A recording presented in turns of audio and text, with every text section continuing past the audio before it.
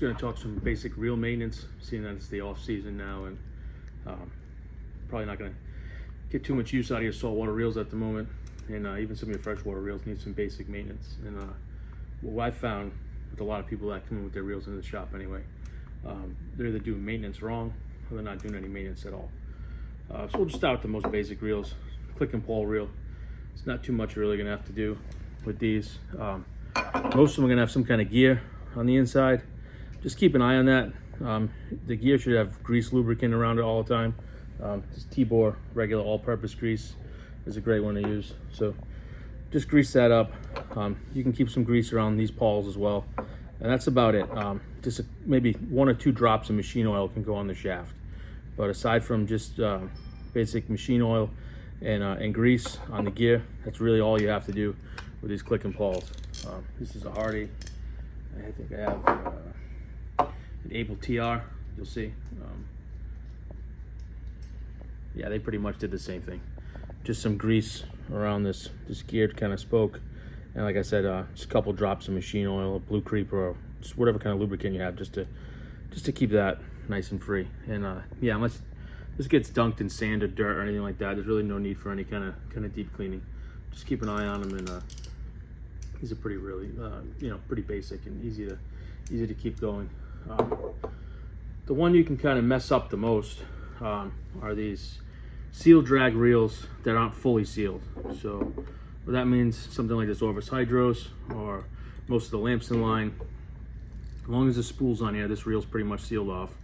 Take the spool off and you'll see there's a one-way bearing in here that's exposed. If water gets in there, you're gonna have water in your drag and throughout your reel, and it's not gonna be long before you have to send this in to get fixed.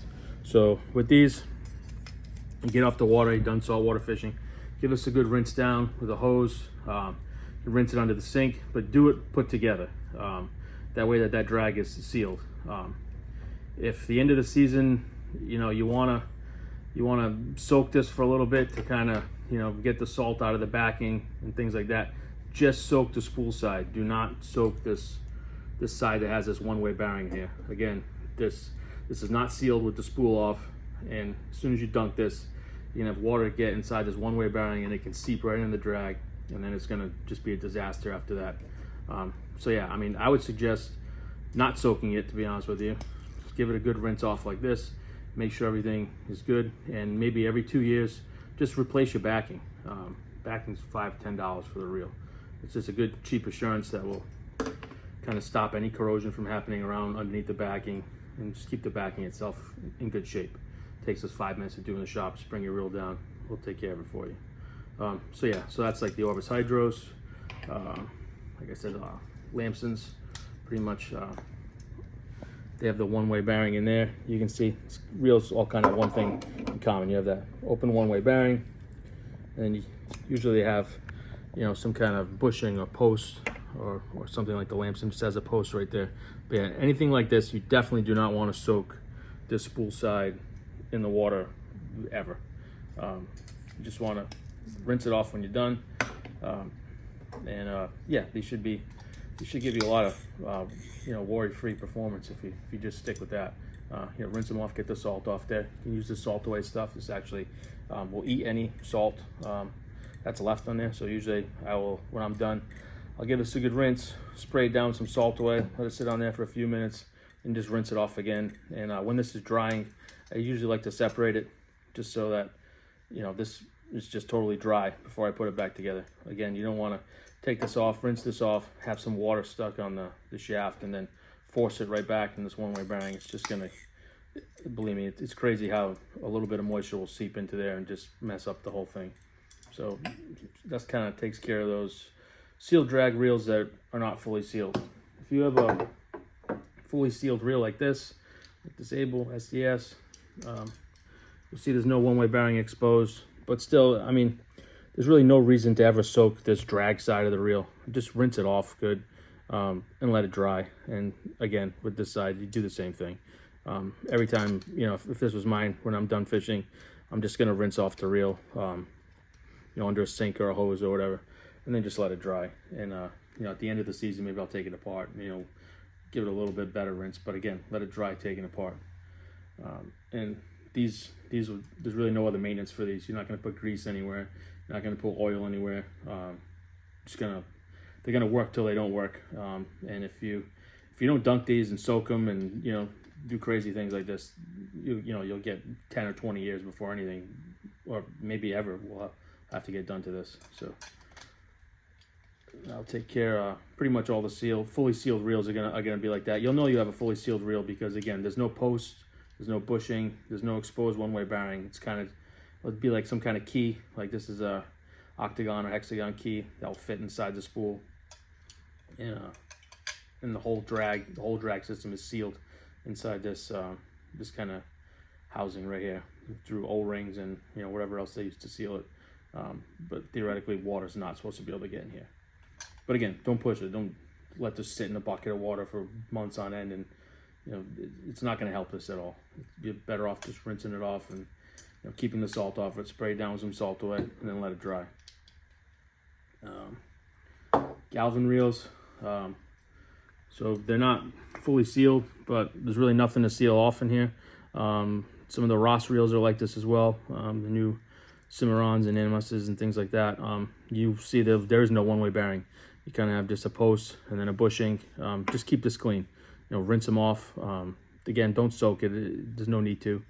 You only have stainless steel and carbon fiber, so it's really not going to hurt it, but there's really no need to soak these things. Just give them a good rinse. Let them dry, take them apart, and then you can put them back together. These, if you can put a little dab of machine oil on the post and the bushing, but I mean it's really self-lubricating. You shouldn't really have to do anything. Just keep them clean. The worst that you can do with these is go fishing and then not do anything. Let salt water sit on there. You're really not going to mess the drag up at all, but you will notice if you leave salt on your reel without rinsing it off, you'll start get some kind of corrosion all along, usually along the back of where the backing is. Anytime you have two metals come together, like this little screw that sticks out where the handles are on all the reels, it will usually start to corrode. So yeah, just give it a good rinse, and these will give you years of worry-free performance. Kind of the most involved ones are going to be ones like this Tibor Everglades. Let's take this apart real quick.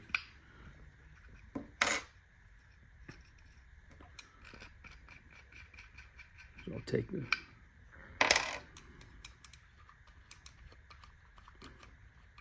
you'll see once you open this up, Tibor's gonna be a cork drag reel.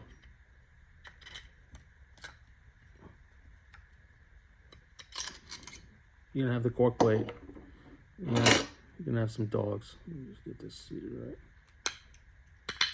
right. All right, so on Tibor's cork, they have their own kind of grease you're going to use on there.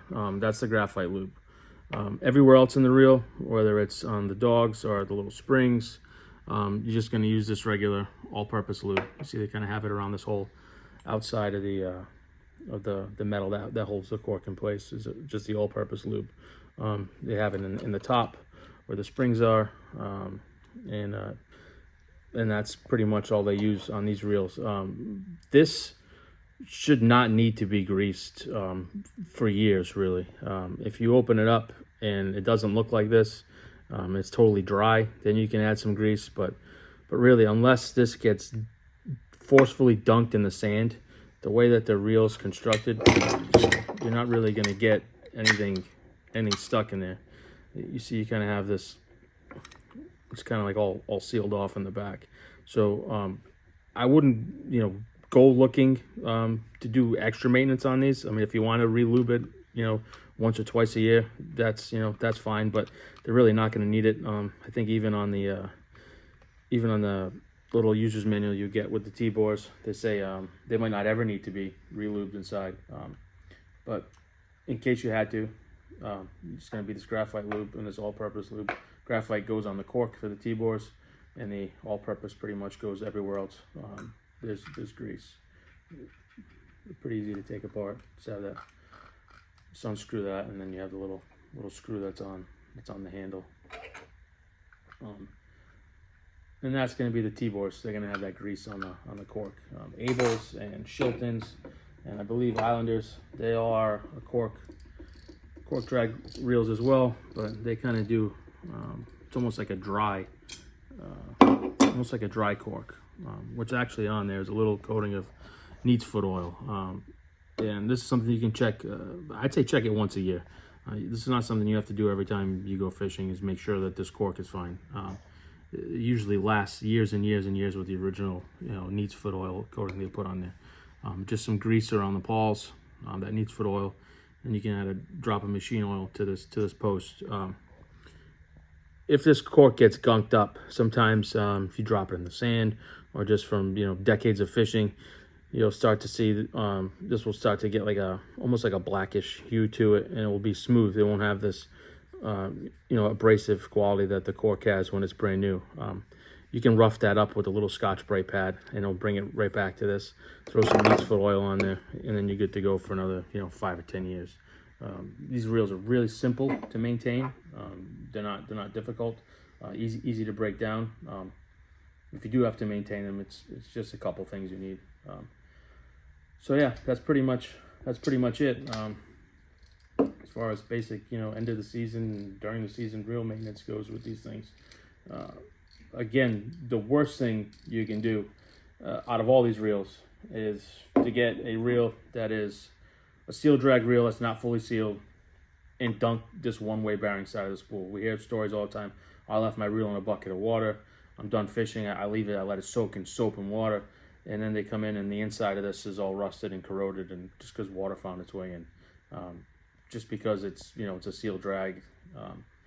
If this isn't on there, it's not sealed. And even if it is on there, if you're going to dunk something for weeks at a time, you can expect water to find its way in and, wreak havoc with the inside of this. So, yeah, reel like this, again, quick rinse, let it dry taken apart. If you have to soak this because of the backing, or if it makes you feel better at the end of the year, do not soak this side, just the spool side, not the side with the one-way bearing. So some basic reel maintenance. You can find all this stuff for sale on the site. The graphite lube from Tibor, the regular lube from Tibor, the Salt Away. We have some Blue Creeper lubricant if you wanted to use that on your shafts. But I think reel maintenance is something that if you do it too much, it can actually do more harm than good, especially on reels like this and fully sealed reels that are kind of made to almost be set and forget it, kind of reels. The more you take them apart and play with them and, start putting different kinds of greases and oils and things in them, that's when you can run into problems. So basic maintenance, quick rinse, keep the salt off it, and all these should last you a long time.